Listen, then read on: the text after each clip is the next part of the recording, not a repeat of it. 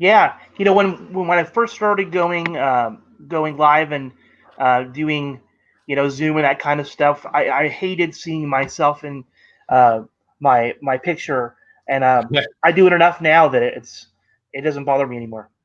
Yeah, it's different for me because I'm using my as a webcam wirelessly, and which is kind of cool. I have to use this one app on my phone that's linked with the app on my computer to get it to register in the computer as a webcam. It's really confusing, but I got it together, and it's weird because my screen's here, like where I'm looking off to, and then my Right. phone's here. But if I put my phone like down here, it's like this. I don't have a way to like. It needs to be about. Yeah, I can't find the right spot. I, But I think that it will work just fine. So, once I get the webcam, I could probably mount it right on top of the screen, and no oh yeah, problem. I mean the way they've got them set up, you can literally clip them where your normal camera would be on your computer, and it works out great. Yeah, and I've got a thin monitor. It's a square monitor, which I hate, but the computer itself is like $30. So I mean, I can't complain. $30 for a computer, and then Yeah, I my bought a gosh. wireless mouse and keyboard. That these are actually still the same batteries that I've been using since day one, and I've had this computer and mouse or keyboard and mouse for over a year, and batteries are still great. Logitech makes really good stuff. I got Logitech speakers. Nice. So like everything's Dell and Logitech, pretty much. And the microphone I really love. I love these styles. I don't Oh, know. that's cool. That's the mic I've been using. Okay. But yeah, so I keep looking at my screen and I keep wanting to like go back and forth, but I don't know. I just wanted to try out the video because I think YouTube would be really Yeah. fun to have stuff on. And I Well, noticed we've talked already about it that for yeah, yeah. I know we've talked about it for a while now, so it's kind of cool. We're giving it a yeah, it's awesome, and try.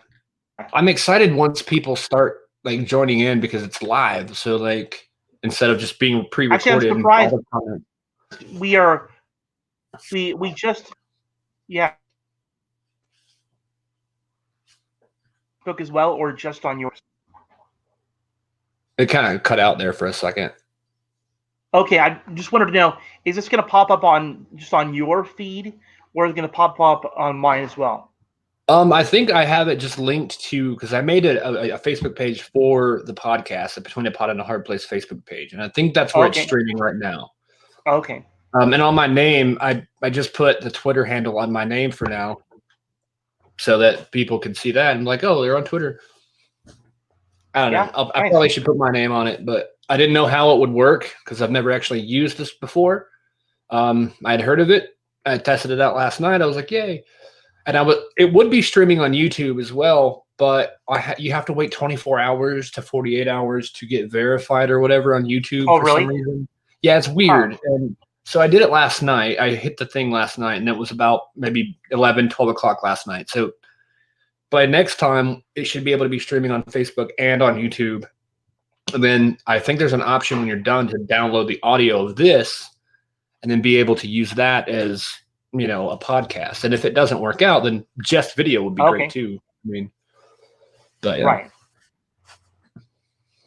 so it's I'm fun. still Yeah, amazed. Yeah, we just hit 26 episodes, right? That was the last yeah, one that we did. Was our 26th. I'm kind of shocked that 26 episodes, and this is the first time that we've really done the face to face podcast. yeah. I think it's kind of cool.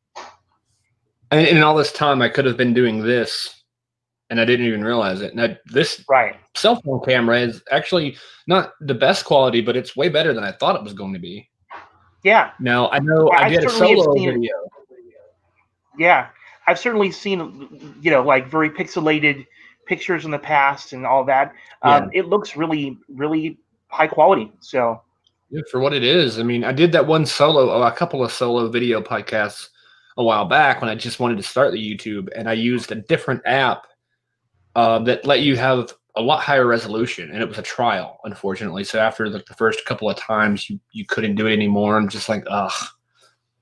This one has a free version as well, which is what I'm using, but then there's also a premium. And Okay. that's what I love about StreamYard. Like, I didn't know how much you could really do with this. The only difference I think between premium and free on StreamYard is the little logo. I don't know which corner it is on your end, but the little StreamYard logo in the corner, you can take that off and put your own custom Okay. logo on a premium account, which is kind of cool. And I think I don't know how much it is, but other than that, you can have up to 6 people on here at a time. And so I think this will be Okay. much better. So if we get like in the future when say Mark Guggenheim comes back, when Eric Goins comes back, or when any of the other people that I've spoken to come on, we could have up to 6 people at one time on a free account. And then I know with Zoom, you can only have 2. If you have any more than 2, you're limited to like 20 minutes on free. But Right. hopefully, this will be good because I think like Scott Schiaffo is the guy, I told you about. He is the one that told me about it. And a lot of people that he knows that do shows on YouTube use this platform. And they seem really great and they're having success with that. But then again, Yeah. I've never tried it. So I was like, let me give it a shot. And it's actually just as easy as Zoom to use, maybe a little bit easier actually. And there's so many different features, but I'm not even going to mess with it because I'm going to turn it off somehow. And I don't want to. I mean, it took me forever to find out how to end the broadcast because when I was done, the first test trial, I thought, let me just X out of the window and be done. And then it was still showing live on Facebook. I had also turned off the app on my phone, turned off the app on my computer, turned everything off. It was still live. I'm like, how are you still broadcasting a blank signal? I don't understand this. And the only way to end it was to delete it. And then I found out there's a little button in the top corner that says end broadcast because it's linked. Like you could have this chat just like it's kind of like Zoom where you can have the chat without recording or broadcasting. Right. And then you hit broadcast with whatever platform you're linked to. You could also just record without streaming live. And then if you wanted to edit or do whatever later, but I mean, it's still fun. And it's I don't know. I'm just getting used to it. And there's different ways to do the windows. And I'm not going to mess with those because I don't want to like my luck. I'll be a little tiny square down here or something. Right. And I don't know. Yeah. I think that you can definitely play around with it when we're not live. Yeah. And that would be cool. I got to say, I've been having fun. I decided to go back and rewatch Flash from the very first episode. And it's always fun when you go back and rewatch a show that you love. There are things that you remember and there are things that you forget. Mm-hmm. And so I've just really enjoyed going back and rewatching the series from episode 1.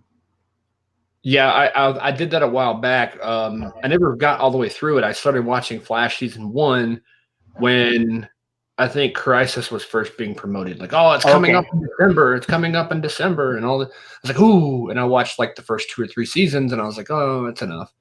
And because then I started watching Arrow around the same time, and so I had to catch up on 6.5 seasons of Arrow. They were in the middle of season 7, or near the end of season 7, and when they announced Crisis was happening a year before it happened, but I had a lot to catch up on.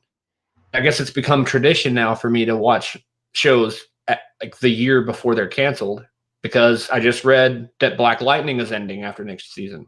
I heard the same thing, which is crazy because I really felt like that show had just really started to get its stride.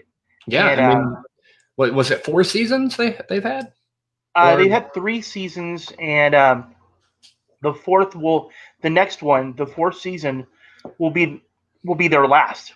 And same with Supergirl. Like Arrow was last year, then Supergirl, and then Supergirl and Black Lightning in the same year. It's like I've got to be honest. I'm kind of okay with Supergirl. I feel like they've kind of gotten to a place where they've kind of done everything they can do with her.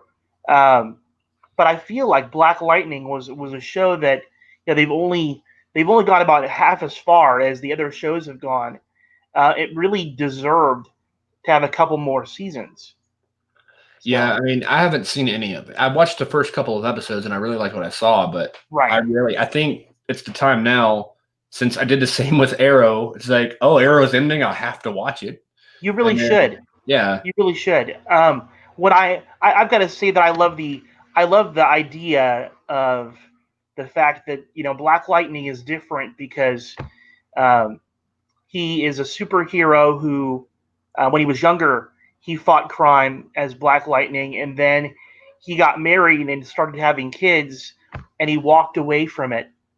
And so you find him later on as a middle-aged man. He's a high school teacher and a father.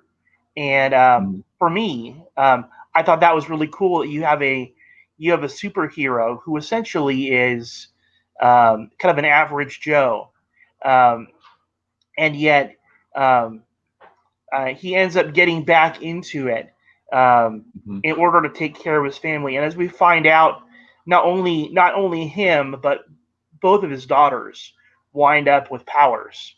And Okay. so it's sort of like an Incredibles thing. Um, as a teacher, though, it's hilarious because the idea that somehow he's going to teach school or be an administrator of a school by day and then have energy at night to fight crime.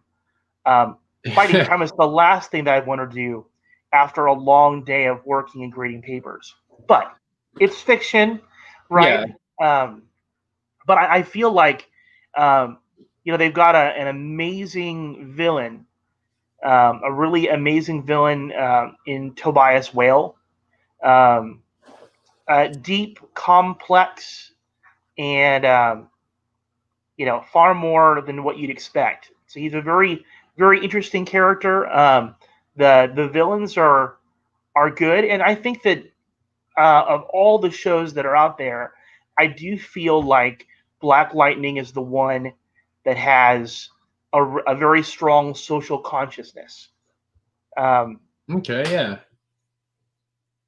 Yeah. I so definitely have to anyway, check it you should out. check it out. I definitely want to because it does sound great. Like I've never watched it. I just wonder if the Legends is gonna be next on the chopping block, and like why are all these shows suddenly like getting like ending? Like I know they My do hope, Superman and Lois, but yeah, there doesn't I seem to don't be know. enough there. It's that seems to be um, my least exciting show. So I feel like Superman's been kind of played out, A but little. I mean, part of me is really excited about Superman and Lois because I read a review, not a review, but like a little hype story, I guess, online about here it comes, Superman and Lois, and yeah, they said basically that it's a Smallville sequel in spirit. Because they're talking about how they're going to move back to Smallville and raise their two sons, and I'm thinking like, okay, I know it's not Smallville, but it kind of tells a story that where Smallville left off in their right, version. And so it's like that intrigues me because that's what I liked about Smallville, and I think that's why it was so popular is because it was a way to tell Superman's story in a different way that hadn't been done before.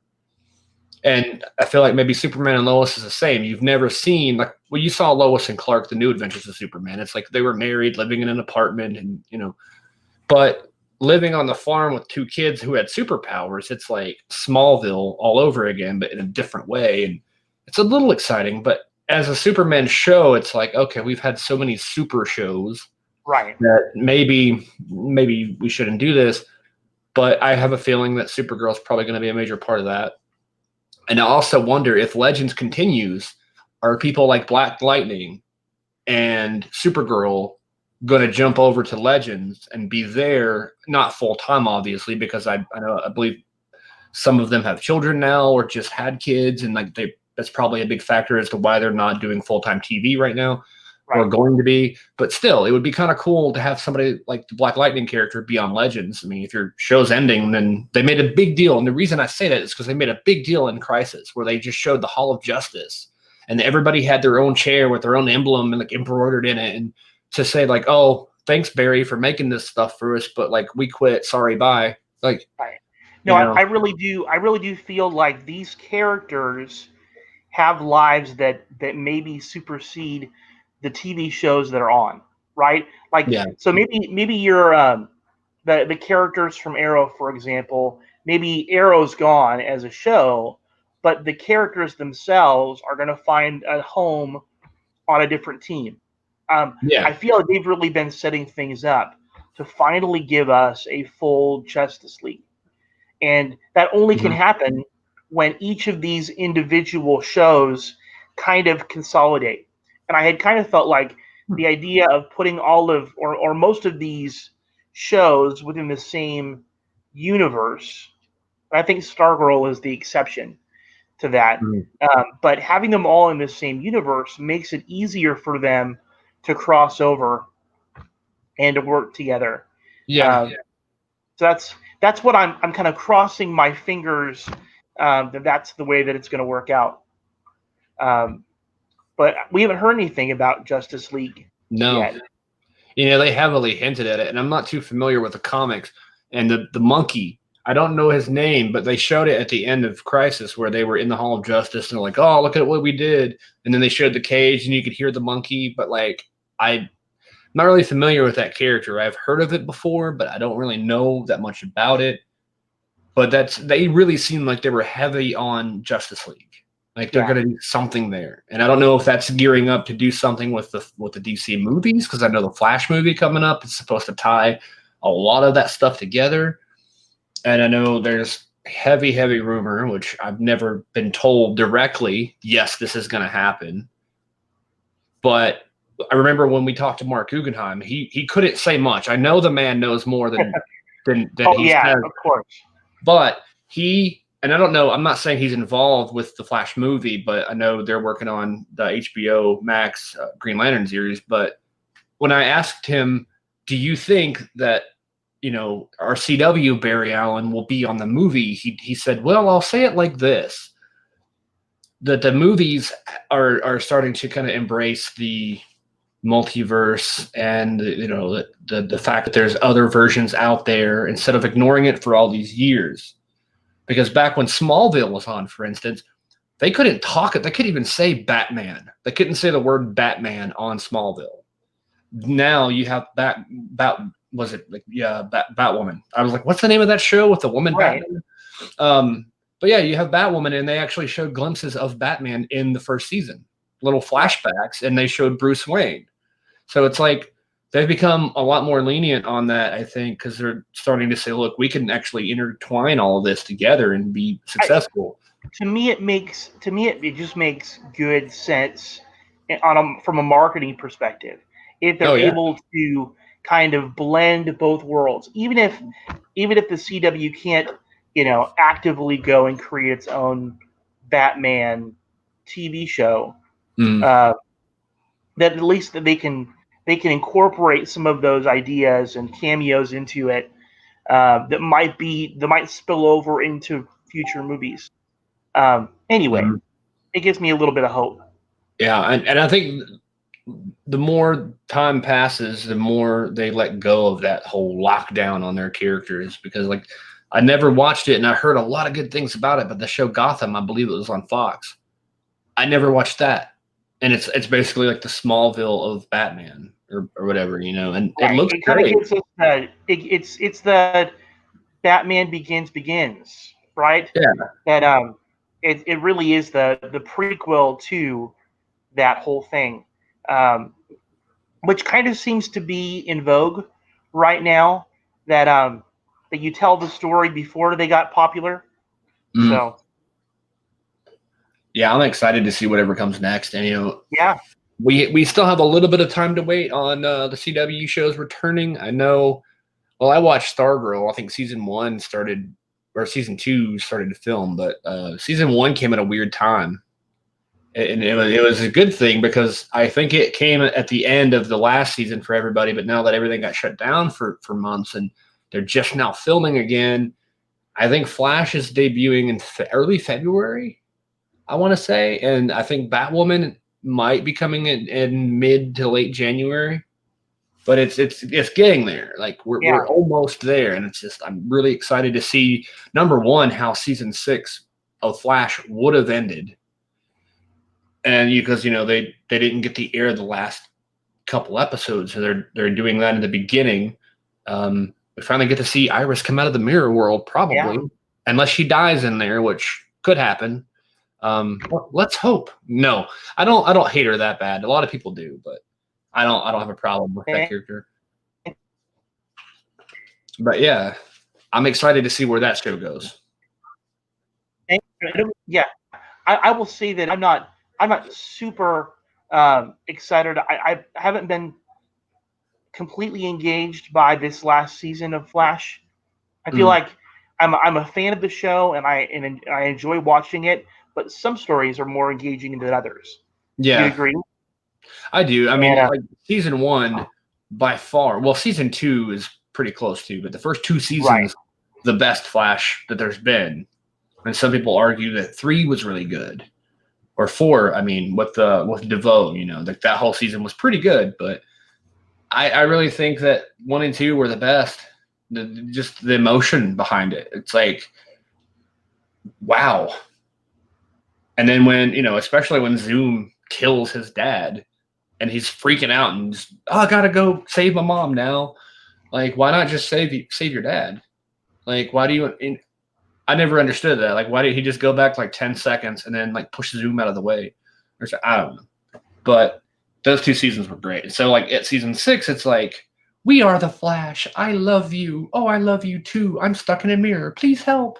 right. Like, I guess those stories have their place, but it's nothing like it was. Like finding out that Thawne, or Wells was Thawne, like the audience knew from like the first episode, but then everybody else was like, "Oh no!" And you know, it was so shocking, and it was just, oh gosh, it was so good. I really want to go back and watch Flash season 1 now. I mean, that's so good. Which I have. Yeah. I have on Blu-ray, which it's also on Netflix and stuff, I think, and probably the CW app might not have all the seasons, but I do have. I'm watching it. I'm watching it on Netflix. Okay, well, I know they have all of them, but I have 1 through 5 of Flash on Blu-ray, which everybody's like, "Why are you buying all these? They're on Netflix." I'm like, well, you know, they're not going to be on Netflix forever. I think their deal with CW might have actually ended anyway, but I don't know if they're ever going to pull those episodes from Netflix. I'm sure eventually they will. But the Blu-rays, for me, it's just like, I love the special features, commentaries, lead scenes, all that kind of stuff. TV shows don't tend to have as much as movies do, but you still get like bonus content. And then the only thing annoying about it is I think some later seasons might have started doing it, but earlier seasons of Flash, for instance, when the crossovers happened, you only get that Flash episode of the crossover. So it's like, oh man. But I think that has been a frustration in going back and watching episodes, has been that if you, I don't know how I could possibly go and correlate a crossover if I would have to leave Flash and then go over to Arrow, and they don't tell you what the next episode is in the series to go and watch. I wish. I really do wish that they would include all of the episodes in that series crossover. It would be much more engaging. Instead, you get one piece of the picture, and that kind of sucks a little bit. I mean, it's sort of like the old comics. I knew when comic stories kind of tied in, you had to like go to the next issue and then read the other issue and all this and that. But they would tell you. Yeah, exactly. It would say like, you get have an asterisk, you get a little continued on. Yeah. Or so I wish they would do that.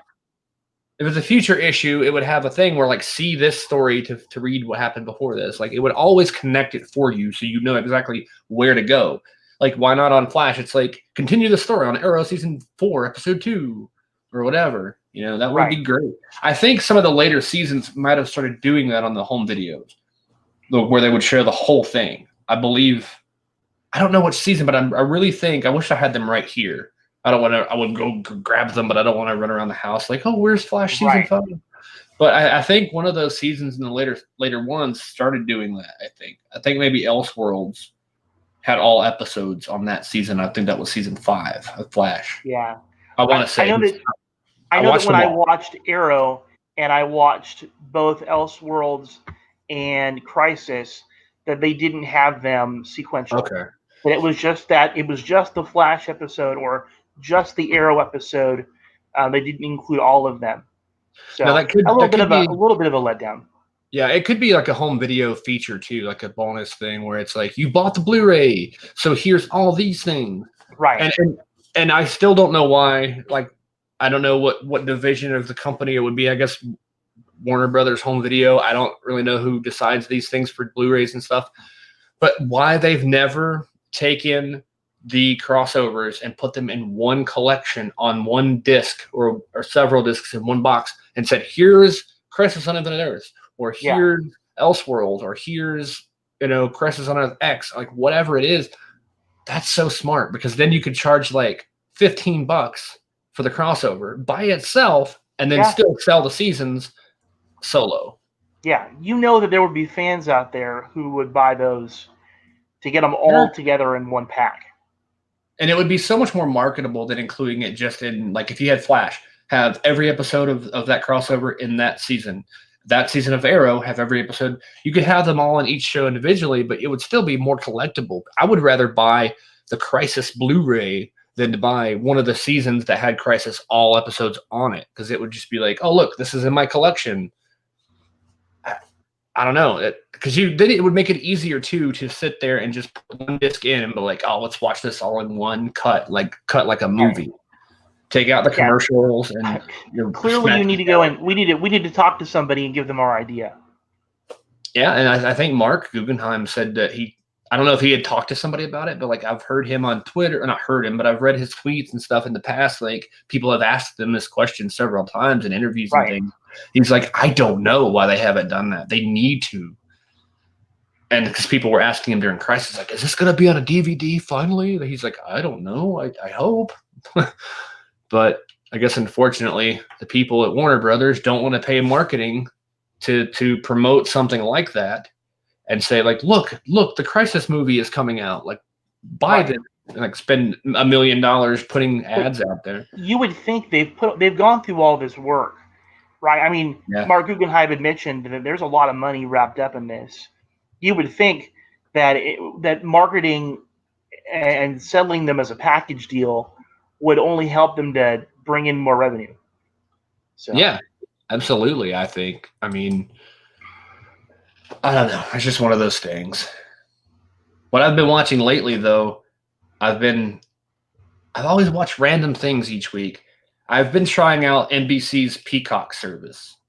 Like, I still can't get used to that name, Peacock. Like, what? Why?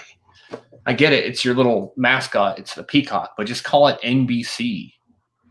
Like HBO added Max, but like CW's app was just CW app. But I don't know. Peacock is a weird name, but that's what the name is. Turns out they have a free account. Like, they have a free version. And, just like anything else, I think when Hulu first started, it had a free version. But with free Peacock, you get certain content that's free.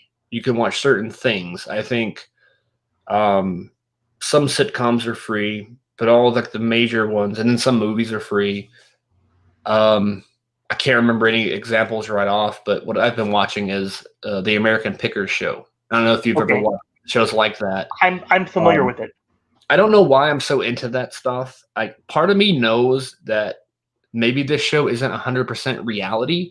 It's like, oh, look, we just randomly drove up to a barn in Colorado. Look, they have a car from the 1900s. Let's buy it. Like, I don't think it's quite as real as that, but still, I just like watching the things they find. Like, oh, look, this is an antique of this thing. This is awesome. I don't know. I've just been obsessed with watching that show lately. I've been binge watching it on Peacock. That just sounds weird to say. I'm watching the Peacock. So I will be honest and say that I feel like there are so many streaming things out there, all these different platforms. I get a little overwhelmed at how many different apps and programs are out there. Between Disney and Netflix and CW and all of these things. For me, it's just too much. I don't know how anybody could possibly do all of them, and that's my conflict. I'm like, you sometimes you make your choice to go and pick maybe the biggest ones, or maybe you pick the ones that offer the stuff that you like.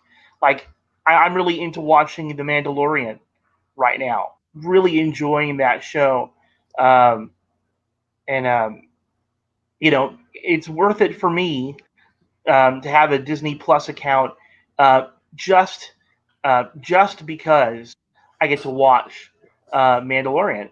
Yeah. But still, um, I know some people who they'll they'll do a streaming service just until the show that they want is over, and then they drop it. Yeah, that's kind of Um, me a little yeah, bit. I mean, especially with Disney, because Disney's what, $7, I think, or six, something like that. it's Um, it yeah, it's like $6.99. It's okay. certainly cheap enough that it's not going to break the bank. Yeah, Mm. we've found that when we use it, unfortunately, it's pretty glitchy. So Yeah, I mean, that's I've certainly had one it of the for a problems. while. I mean, I had the Hulu Disney bundle for a bit, and it was like I was paying like $18, whatever it was, and because I did the commercial free Hulu, I got Right. really spoiled on that.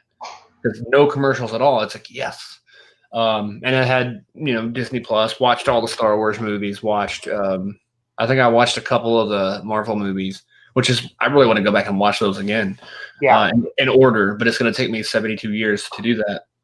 But I Well, really want that is the benefit of Disney Plus, is mhm, they've got all of them there. everything. Yeah. Um, so that is worth it. I know that I had Hulu a Hulu account for a while briefly, just um,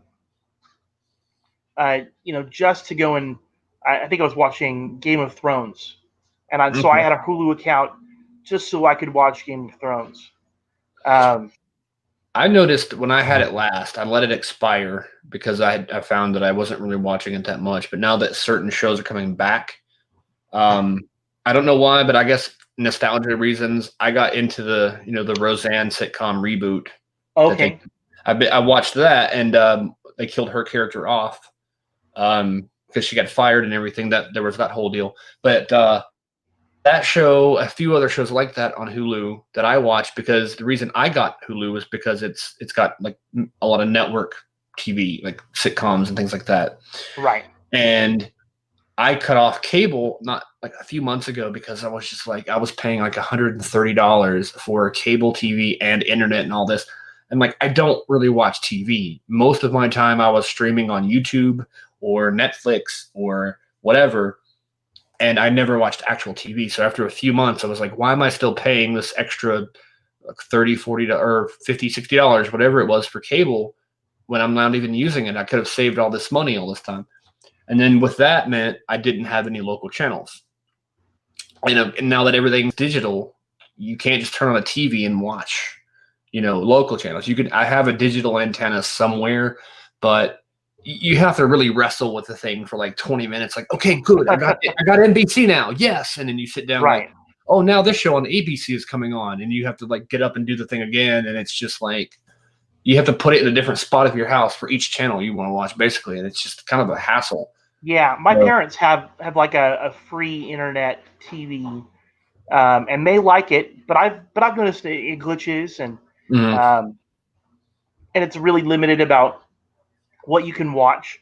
Mind you, I my know. parents only really watch like 3 shows, um, so for them it works. For my family, we're big TV movie watchers, and my Mhm. kids like to watch their shows, and so for us, it just kind of makes sense where we are in our life right now to still keep cable and Yeah. a couple different services. But there I are mean, there are certainly times when I look at the bill at the end of the month, and I'm like, oh, whoa. yeah, I'm Yeah. like, oh, we need to cancel something, but That's good. Yeah, I I'm not mean, there yet. if I watched more stuff, I would honestly, I probably would watch more things if I were aware of half the things on TV, because most shows Right. that I watch now are just shows that ended like a year or three ago that were on like NBC or whatever. I had heard of them, but never watched them. I've seen so many shows like that over the last year that I'm like, why did I not watch this until now? Like I just binge watched like a few months ago, New Girl, the sitcom. I'd heard of it, never watched it. Casual sitcom, a bunch of friends living in like an LA apartment, and like they get into all kinds of crazy adventures and stuff. It's typical sitcom, but I found myself watching 2 or 3 episodes, and then before I knew it, I had watched all 7 seasons. Right. And most shows, that's how I am with it, because I don't really know they exist that much until after they're over. And so maybe if I did start watching stuff, I would watch more, but everything's on streaming now. I will tell you, there have been a number of times where my kids have just taken over my TV, and they're like, "Dad, you got to watch this." And so there have been a couple of shows that have been like that, where I'm like, I don't know if I want to watch this one. Like the Unbreakable Kimmy Schmidt, which I really enjoy, and it's a lot of fun. I love totally that show. Ridiculous. Have you seen it? Yeah, and also, well, I like her because I was a huge fan of The Office, and she was on The Office for quite a bit, and so that's how I knew her from that. And I was like, oh, she's got her own show now. Let me watch this. And I was actually watching it when it was on. That's one of the rare shows that I actually got to see when it was still on TV. And on Netflix, they have, and I don't know if you've seen it, but they have this interactive episode. It's like a video game kind of, where we saw that. Yeah, and I played through that one day, and it's cheesy, and basically no matter what you do, you end up at the same result. But I mean, it's still fun. Yeah. And so I've always loved that show. That episode, that interactive one, was actually really neat because it actually closed the big, huge story for that show, and so that was kind of cool. I didn't think it would add that much to the story, but it kind of did. True, but it was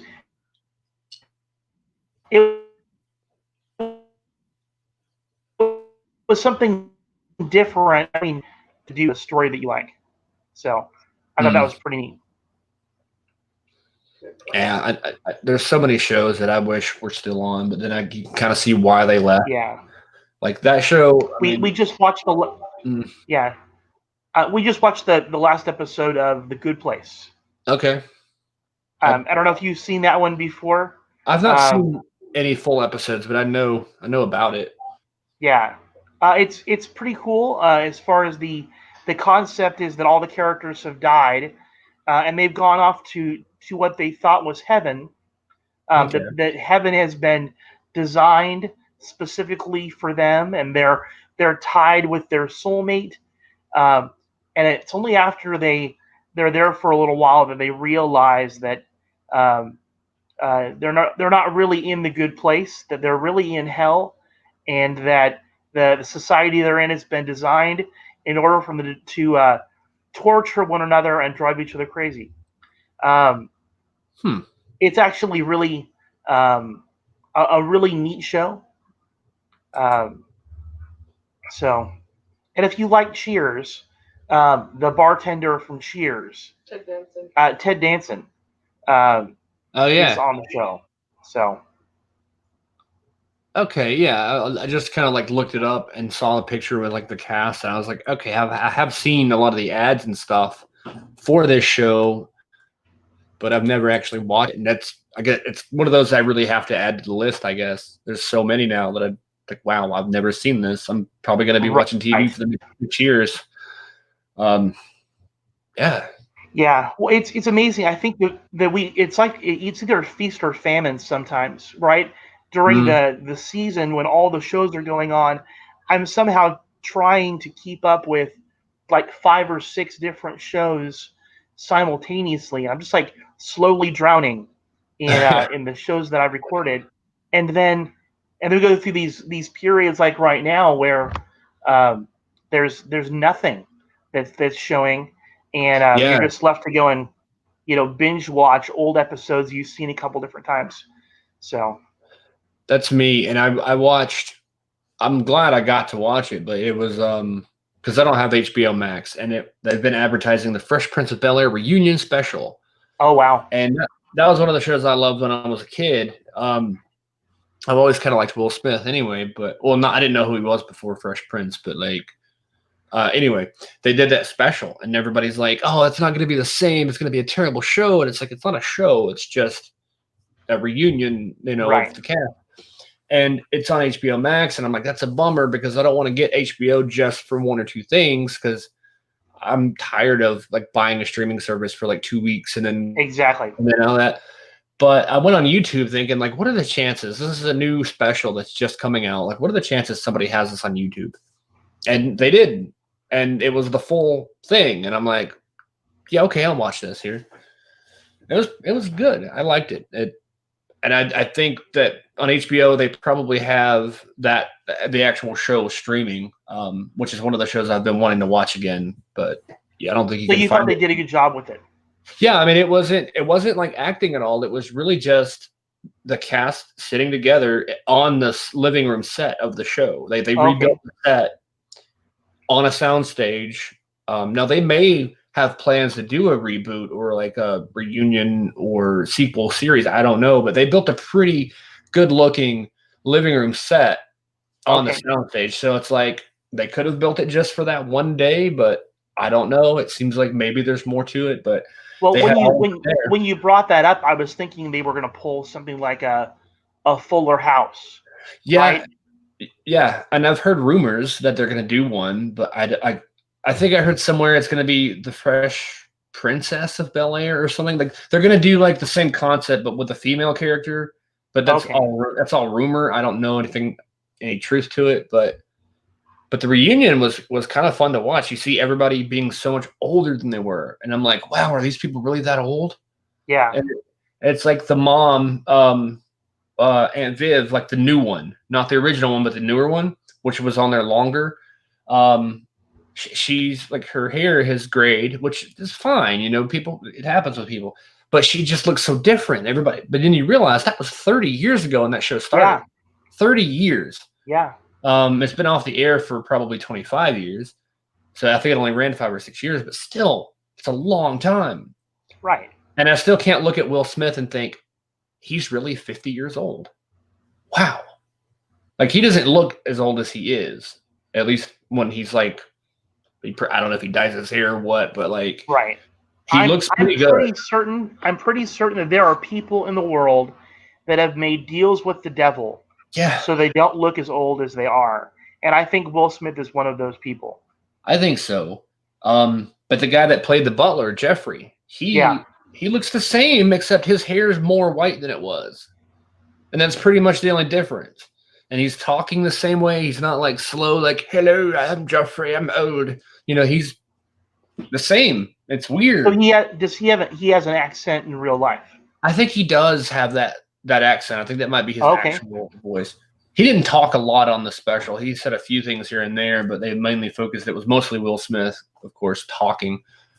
And then, of course, James Avery has passed away, like I think a few years ago, or I don't know how long ago it was, but it was within the last few years. So That he was wasn't Uncle there. Phil, right? Yeah, Uncle Phil. Like he also did the voice for the Shredder on the Ninja Turtles cartoon. Okay. And so I didn't know that for a long time. But of course he wasn't there, but they told stories and showed little highlight clips and stuff like that of him. But I don't know if you remember the show enough, but a lot of people I've talked to don't remember this character. The little kid they had at the end of the show, Nicky, like the little boy.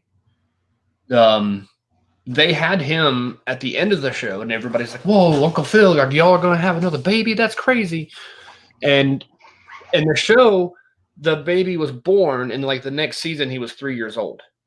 They were like, "Wait, Right. what?" And they made a few jokes about it. They're like, "Man, wow, you're like you grew up a lot," and they made a few jokes about it. Even that kid popped up. He's like, "Hey, everybody!" Like out of nowhere, and it was like, "Whoa!" And he's one of those people that looks exactly the same, just bigger, Okay. which is weird to me. Like when the guy, the Seeing Dead People kid, Forrest Gump's son, I keep forgetting his real name. Haley Joel Osment. Yes, he's the same way. His face is exactly the same, but his head is a lot bigger now.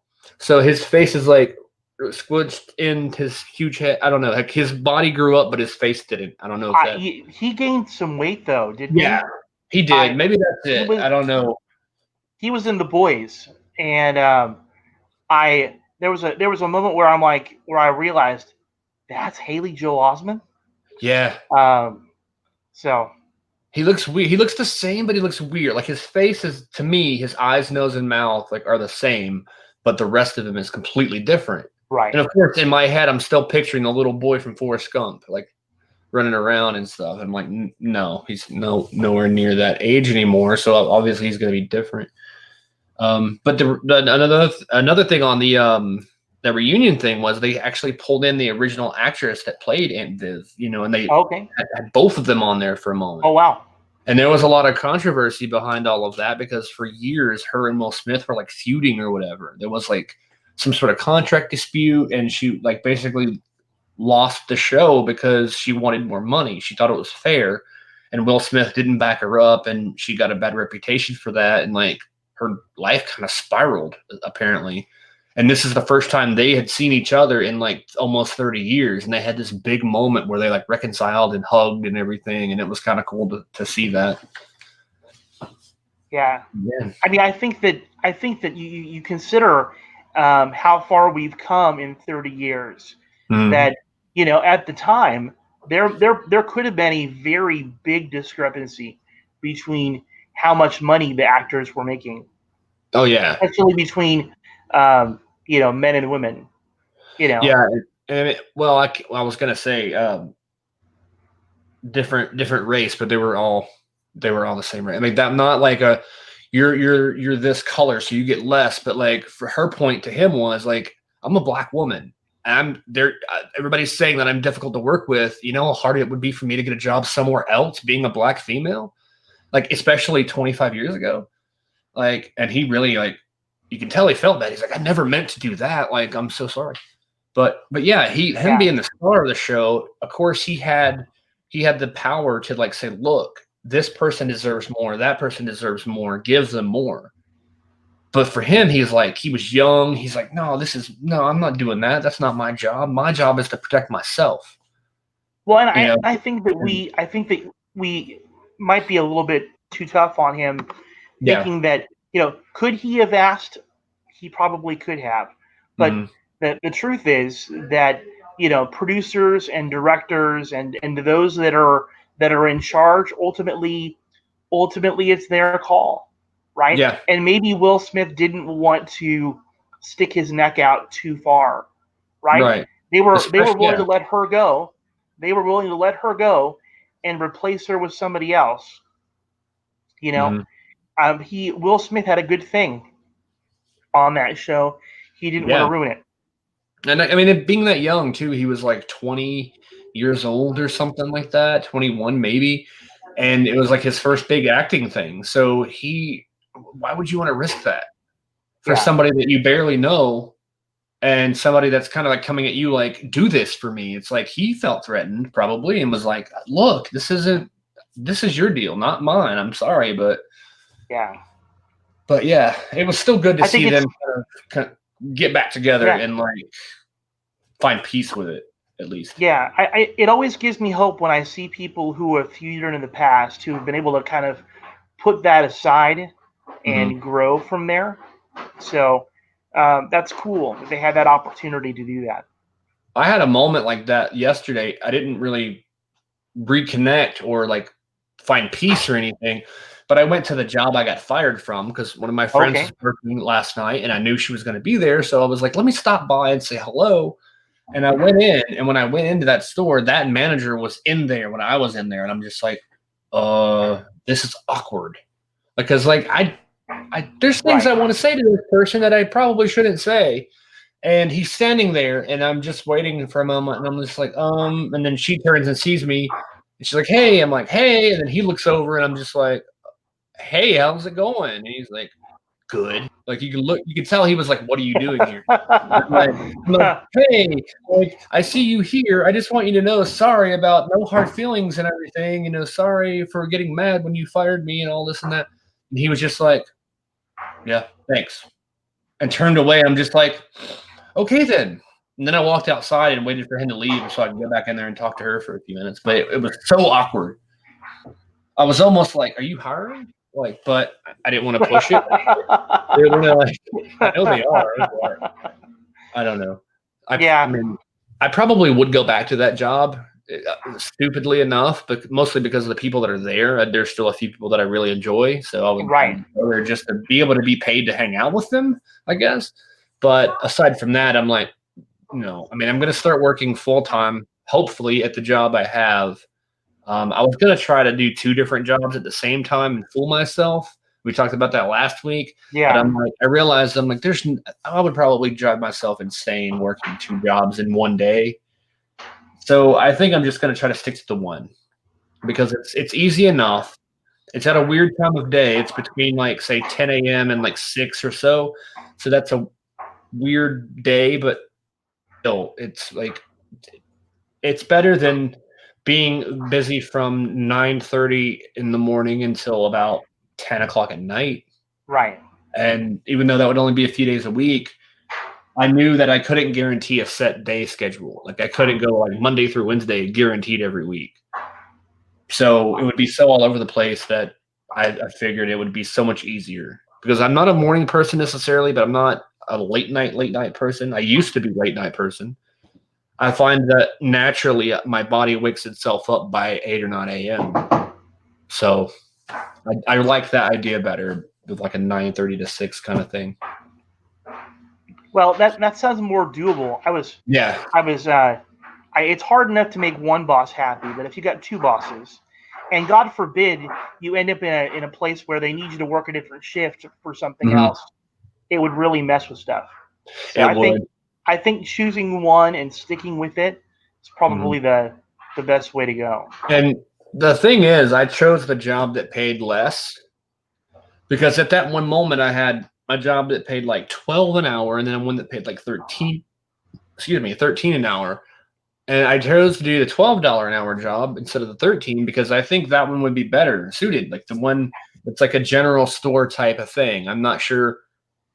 I'm not sure how far out it reaches out west, but like you've seen like Cracker Barrel and things like that, the restaurants? Right.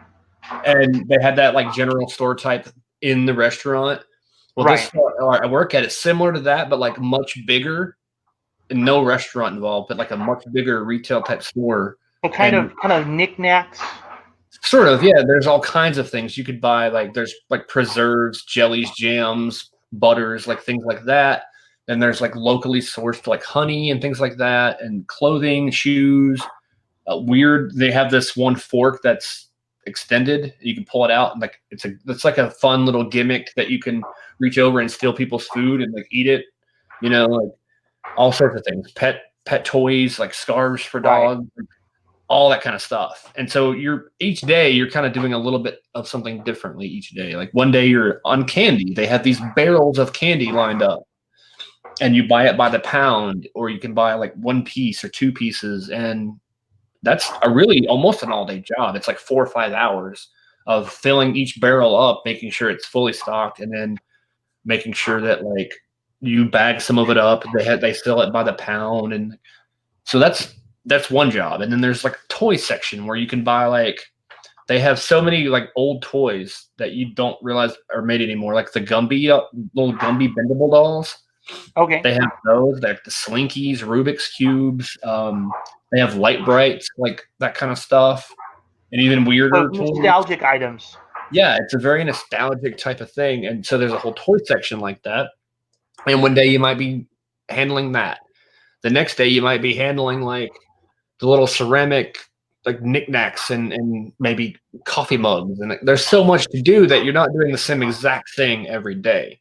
Whereas the other place was like a grocery store environment. You're sitting while you're ringing in people, but that's going to be the same thing. Like beep, beep, beep, beep, beep. Is it time to go home yet? Oh no. Beep, beep, beep. And then you might go stock something, but every day is going to be basically the same exact routine. Right. Which kind of is like, oh. So you wanted a job that was going to have some variety to it. Yeah, and that was the kind of appeal to 2 different jobs. Like, oh, one day I'll get to do this, one day I'll get to do that. But then I'm like, yeah, but I'm going to be so tired. Just 12, 13 hours in a day for 3 or 4 days a week would be great on a paycheck. But by the end of it, and I know eventually I would start like in my mind, the 2 jobs would start to cross over. You know, like I would try to go do something at one job thinking like, oh no, I'm not at that store. I'm at this one. And it would probably, especially learning, I'm still kind of learning the other one because I've been on a very part-time kind of schedule. I'm still learning that one. So learning a brand new one at the same time, and each job has different dress codes. One job is wear whatever you want, just no hat. I really love this style hat. Like I bought this hat at the store that I'm working now, actually years ago. And it's funny because I'm not allowed to wear it. I'm like, come on, it's advertising, but they just no hats at all. You can wear flip-flops while working, but you can't wear a hat. Whatever. You can wear flip-flops, but no hat? Yeah. That's weird. I mean, well, it's, I guess because like hats, I don't know what it is about hats. I guess it looks more unprofessional. But then at the same time, flip-flops, I mean, but I don't know. It's one of those things you kind of have to roll with it, I guess. Yeah. But other than no hats and, well, basic limitations, I'm like, you can't have a 12-foot long beard and you can't have like 17 facial piercings and all this stuff. They have a pretty relaxed dress code. You don't have to wear any certain type of pants. You can wear jeans. You can wear whatever you want. Like I could probably go in there and wear a dress with high heels. And they would let me wear that. That would be something to see. I mean, they would let me wear that. Right. There's no like fabulous. Yeah, I would get a glittery or that material that when you rub it, it changes colors, like little metal things that flip upside down. Right. When you rub it, get a dress made of that and wear that to work. That would be amazing. I will say that I work in an office environment, and so business casual is the rule. But thankfully, they're not so uptight that you have to wear a suit and tie every day. Yeah. Right? I usually get by with a polo shirt and slacks and dress shoes. But that's another thing with the other job is a grocery store. So you have to wear like a specific type of pants. You have to wear certain types of shoes for safety. They want you to wear like steel toe shoes. They tell you when you get the job, you must wear these. And then I'm sitting there that one day watching all the training videos of that job. And it's like, you're not required to wear steel toed shoes. I'm like, what? Which one is it? Do you have to or not? I'm so confused. And then you have the company shirt that you have to wear every day. So keeping the one or two that they give you clean is more stressful than just being like, oh, I'm going to wear this Spider-Man t-shirt or this whatever t-shirt today to work. No one cares. That's so much easier because you're doing less laundry. You don't have to keep washing the same 3 shirts. So it's much easier to keep up with it. I think overall, I'm like, okay, I like this job better. Even though it pays a little bit less, I'm going to be overall probably happier. Plus, you get a 25% discount, so I can go buy Gumby for 25% off. And there you go. And I know you've been wanting that for a long time. I mean, it's an $8 toy, so I can get it for like $6 or something like that. That's definitely a perk. I worked at McDonald's. It was my first job outside of the home. I worked at McDonald's, and I'll be honest and say what I loved about that job was they gave you a free meal when you worked your shift, and then I think they gave you like a 50% discount for anybody else in your family. So it was really nice. Getting free food and then free food for the people in my family. I mean, the job sucked otherwise. I don't think I've ever worked so hard in my life for so little money. Yeah. And I think I made $4.25 an hour back in 1996, which just blows my mind right now. Yeah. But, I mean, they start them off now at like $11 at McDonald's. But, yeah, it's crazy. I mean, different states might have a higher rate, but I mean, California's always been more, and I live in the IE, not far from LA, and so the cost of living out here has always been higher than other places. But even then at that time, $4.25 was not a lot of money. But as a 16-year-old kid, I get my $300 paycheck, and I'm like thinking I'm rich. Amazing how things have changed. Yeah, I mean, I felt rich the other day when I got the one paycheck I got. It was a 2-week paycheck because I was working so part-time that I was only getting like 14 hours for that 1 week. And so I got like $300 for 14 hours. I'm like, yeah. But I mean, it's not that much. I mean, it added up because, well, maybe it wasn't just for 3 days, but maybe it was like 4 or 5 days, but over 2 weeks. But still, it wasn't that much. But Yeah. I felt because I hadn't had money in like a month. I mean, I've had money in the bank, but I didn't actually get paid from anything in over a month. So I see that paycheck come through. I'm just like, yeah, so I can go buy a thing, like one thing, but still, I feel like it's money. And I just sold Yeah. some. I've got like some collectibles and stuff that I just sold tonight on Facebook Marketplace. That the guy paid me on PayPal. I made a little bit of money, and so I got to go out tomorrow. It's one of my projects for the next couple of days. It's like a lot of stuff, not a lot, but enough, and it's probably going to cost around $25 shipping. And so he paid the extra shipping. So that's my project. So now I feel rich because I'm like, oh right, I made like $150, but I sold Right. a bunch of little things for like $10 here, $20 here, but kind of bundled it all together. And he's like, yeah, I want all this. So 125 or $150, whatever, that's not a lot of money, but I felt like, oh my gosh, yes, I'm gonna go and pay my light bill. Awesome. Right. And you're so excited that I'm realized like, why am I so excited to pay bills? Like, no, it's bad. It means you've grown up. Yeah. I get so excited, like, oh my gosh, I can pay a bill today. I'm so happy to Yeah. pay it. This I don't. year, this year I was told that I had 4 candidates for teacher induction. So for educators, the once you get your preliminary credential, they pair you with a coach to help you to go through induction, which ultimately helps you to clear your credential as a Mm, teacher. And it's a lot of work for the candidate. It's a lot of work for the coach. And my boss basically said, you're really good at it, and I know you don't want to do it, but I don't have anybody else to do it, so you get to do it. yeah. And the one benefit though is that I get extra pay. I get bonus pay on top of my regular paycheck, and so I've set it up so that I get paid in installments.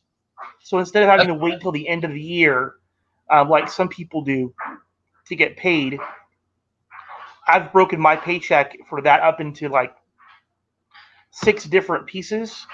okay.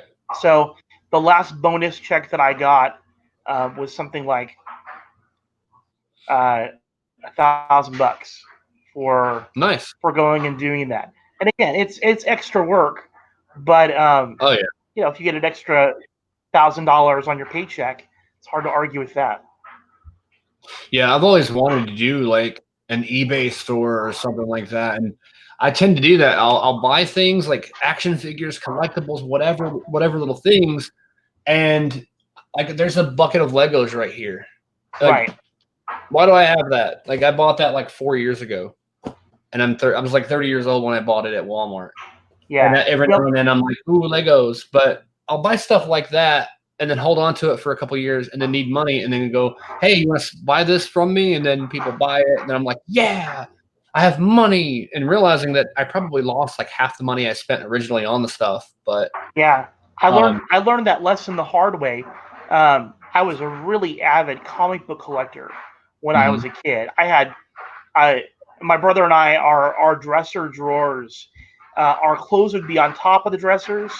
Our comic books would be in the actual drawers, and I had boxes and boxes and boxes of comic books, and they were number one. They were first editions. They were in good quality. I mean, we had the plastic sheeting, we had the hard backing on them, and I had quite the collection. And I needed to go to summer camp and then do some type of activity, 2 activities over the summer. And I remember taking them down to the comic shop, and at that point, I was like, I knew exactly how much they were worth. Hmm. But that guy offered me a third of the Oh price gosh. of what they were Yeah. worth. Um, and it taught me a real rule about collecting in economics. Is that idea that you're never going to get what something is worth. Mhm. People are going to buy from you low, and they're going to try to turn around and sell it high. Mhm. And it was one of those times that I really regret being desperate for cash. Yeah. And Yeah. And it you know. depends too on who you try to sell to. There are some people who are the true collectors like yourself that have the stuff and want it, or don't have that thing and want it. And some of those people will pay you what close to what it's worth, but most just try to sell it. Like, Yeah, I mean, I have not seen it. I certainly, if you go to like a comic book store, they're gonna try to get it from you mhm. as low as they possibly can. Oh yeah. And at that point in my life, I didn't know how to haggle or bargain. Mhm. I should have just said, that's not enough money, and I should have just taken them with me and walked out. Yeah. But at that point, my parents couldn't pay for it, and I really wanted to go, and so I made the decision that I'd rather part with some comic books that I already read 4 or 5 times, Mhm. and get some cash than to not do what I wanted to do. But That's kind I of certainly get that. that's kind of how I am now too with well overall stuff in general. Like I'm always buying little collectibles and random things. Like I'm not too into collecting like Hot Wheels and stuff, but I saw this the other day and I thought that was cool. Ninja Turtle van Hot Wheels. Okay. I thought that was cool. And my uncle gave me this one that he found. It's a Mr. Bean Matchbox car, which I grew up watching Mr. Bean, so I love it. So little things like this, I like to collect. And this is a box from my Darth Vader action figure that I bought a while back. It was like $20 action figure. Like, why are action figures so expensive these days? I have them standing up somewhere around here, but they're so expensive. And then like a $20 action figure, like a year from now, I'll need money, and like some guy's gonna be, oh man, you have a Darth Vader figure. I'll give you like $15 for that or $10 for that. So usually I get at least half of what I spend back on stuff like this. But with video games, for instance, I'm not as huge into them now as I was years ago, but I still play occasionally. That's kind of how it is. It's like a third of the value. Like you go to a video game store, which there aren't too many left around, and you say, I paid you sell this game in here for like say $30. They're gonna give you like maybe $9 or $10 for it, and turn around and sell it for 30. Yeah. That's kind of how it is still, even with comics and stuff too. I'm sure I haven't tried to sell any comics lately. I don't have that many, but it's kind of the same thing. It's like a third, and I know it used to be like half. I remember certain things like video games and certain other things where like half the value they'd sell it for is what they would give you. Now and I remember I used to get video games at pawn shops because pawn shops didn't really deal with video games. They had them in their store, but they didn't really know much about them. So there was a time when we would go in with video games to try to trade because they had a trade deal. And back then you could just do like a 2-for-1 trade. They thought 2 video games that you give us, we give you 1 video game, we're doing better. And so what we would do is we'd get like the cheapest, worst video games that cost like $5, get 2 of those and take them in, and then come out with like a $40 video game. And then I guess pawn shops eventually caught on to that. So there were little hustles that we used to do with video game trading. Going into Blockbuster, when Blockbuster was still around, they had video game trading and trade-ins and stuff. We would buy real cheap stuff on clearance and stuff and take it to them and sell it to them for like $20, $30 store credit. And it's like, all right, I'm fine with store credit because I'm just going to turn around and buy some DVDs anyway. So Yeah. and they all kind of got wise to a lot of that. And of course, Blockbuster's gone completely now. So They've been gone for a long time. yeah. I mean, they still have like the one store left in like Alaska or wherever it is, or Texas or something like that. There's one solo I store. think there's one video rental place that we've got in town, but I believe they just sell adult books now. So Okay, well, it's one of those things. They've certainly seen better days. But I'm with you. There was a time in my life where, I lived.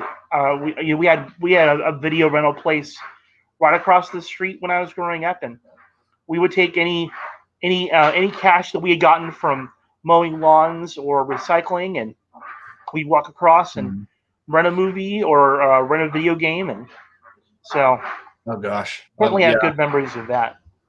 I remember renting. My mom rented it for me when I was young.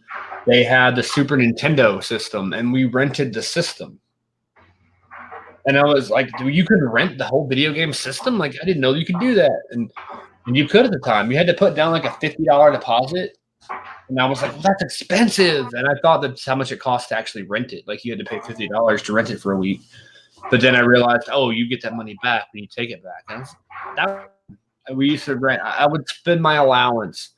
I don't remember exactly which game it was, but I would go in and rent a game, the same game every week. I got $5 a week on every Friday, and every Friday after school, I was like, let's go to Blockbuster, and I would rent that one game every single week for like probably a month or 2 months, like probably 6 to 8 weeks straight of $5 on this game, and then like my parents would always be like, why don't you just save your money up for a month and then buy the video game? Because it's like a $20 game. You've rented it 5 times now at $5. Like, you spent more money on it renting it than you would have buying it.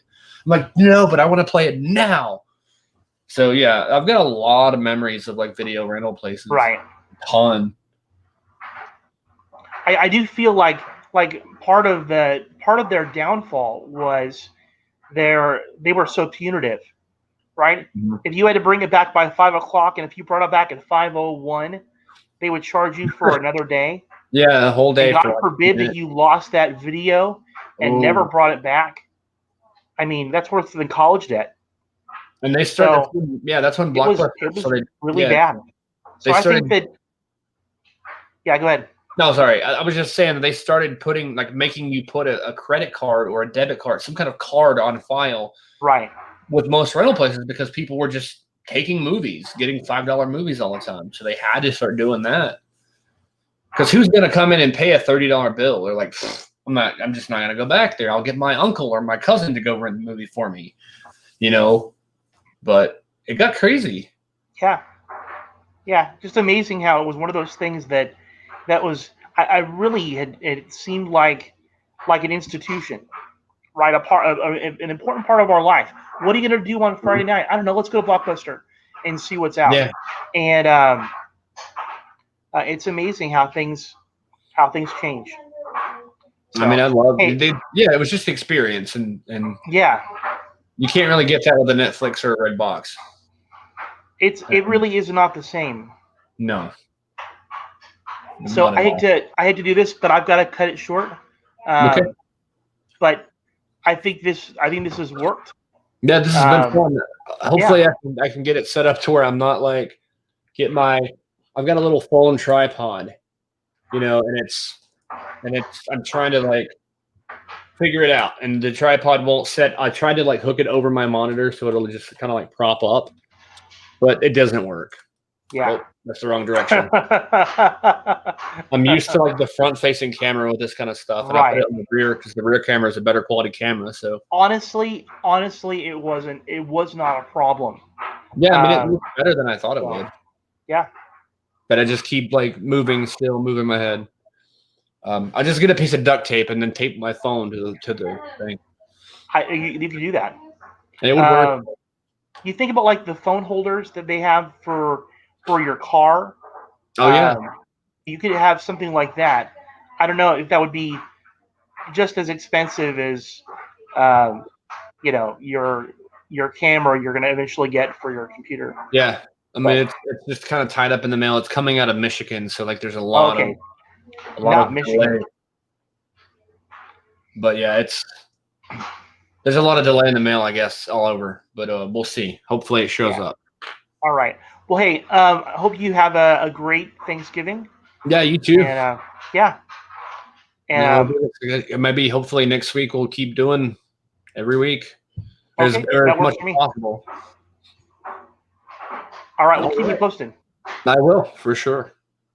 All right. Have a good night. You too. And see you.